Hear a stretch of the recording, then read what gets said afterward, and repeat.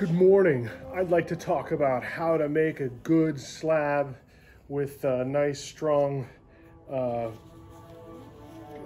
working material from a piece of clay without a slab roller. The surface that I'm working on is a piece of fabric that has been glued down to a board. It ends up being really nice non-stick surface. I also have a plaster surface that sometimes I will wedge my clay on. And in fact, I need to wedge this clay a little bit because I don't want it much drier. Wedging on the fabric glued to the board takes less water out of the clay if I wedge in this surface. So because this is a fairly large chunk of clay that has a hard spot and a soft spot, I should really be doing mixing.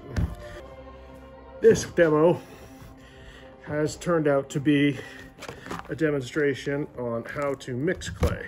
So I had a mixture of really soft stuff on the top of the bag, which had me thinking, ooh, a nice soft bag of clay. But more than 30% of it was very stiff clay. So I am making a phyllo dough of clay so that I'm getting thin layers of wet stuff along thin layers of dry stuff, and it is going to even this mess out and make it possible for me to wedge it normally, because then when I'm wedging, I'm simply tearing up these thin layers of clay.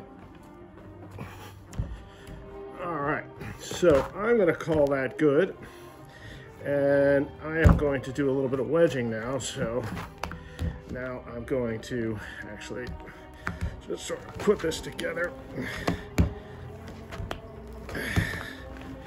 And now we're watching this edge here change. So we're watching this edge do its thing. And yeah, we're gonna go until, you know, I could see big cracking and small cracking here. I wanna go until I see same cracking.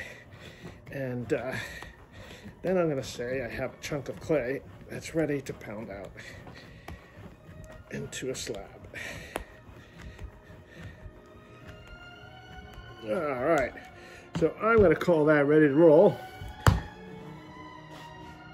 And now it is time to start turning this chunk of clay into a slab. If I had had a bag of clay that was all nice and consistent clay, I would definitely not have done the mixing. Now, when I make my slab, I have two choices. You know, I was wedging this way. I could smack it down this way, the way I would if I was on the pottery wheel. But because I'm making a slab, I want this spiral of clay, which potentially has layers of not as well connected in it. And I'm going to press those together to start to make my slab. Now, I was thinking that, you know, like while I was doing this and planning this, look at that. See, that's what we're going to try and press all together. That the world of pinch pots, why is it taught first? Well, because pinching and moving clay around is how we're going to get this to be a delicious slab. Now, when I look at this, I see this awkward shape. You know, it's kind of a cool shape, but, you know, it's awkward.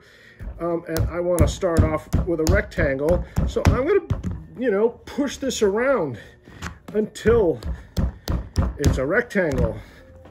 All right. And we're going to go flatter.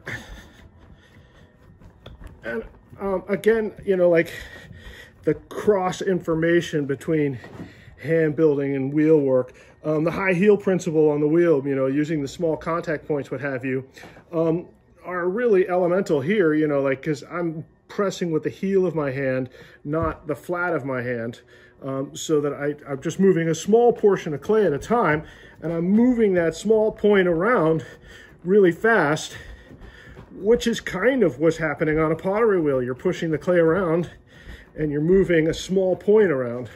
Now my edges are looking funky, So there is no rule against using other tools. And press those edges into each other. And, you know, we're looking for, you know, as much good building material as we can get from our piece of clay. You know, we can, of course, reclaim it, but I want working material right now because I'm gonna do some work. So pressing it out, you could go really far with that. Learning to throw out a slab is getting it to land and slide along this way as it falls.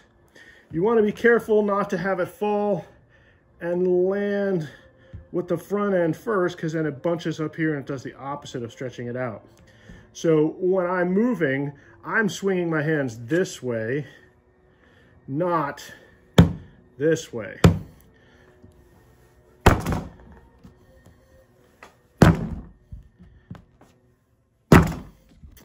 And we now have a slab the thickness I'm going to work with, so I'm going to stop here, but there is no reason, and in fact maybe I will do it anyhow. You can't even things up with a rolling pin and some boards. So these two are the same thickness, and now I get a rolling pin that goes across the two, and I can finish this off and have the thickness of material that I want to work with. So that is how I make a slab without a slab roller. Now that I have my slab and I've finished off my, you know, evening it out with a rolling pin, I periodically unstick it from the table. I want to get this prepared with one last step before I consider it quality building material. And I am going to compress my slab with a dragging tool and press it down. Now I want to be really, I call it smearing as opposed to scraping. Scraping would be having your tool vertical, and you can see even with no force on it, I'm pulling material off the top surface, and that's not what I'm looking to do. I'm looking to like lay it down and pack it all into itself. Now, one of the most important parts of this is not getting the surface the way you want it to look, but looking for air bubbles, because you'll see when the surface looks like this, little air bubbles popping up. When you see those, you're going to take a needle tool and stab. And when I stab all the way to my work surface, because when I press the air out, I need the air to be able to get out. And then I will crisscross the direction that I compress this slab at. And really having an angled surface versus a scraping surface versus a heavy digging surface will make it so you can really smooth this out.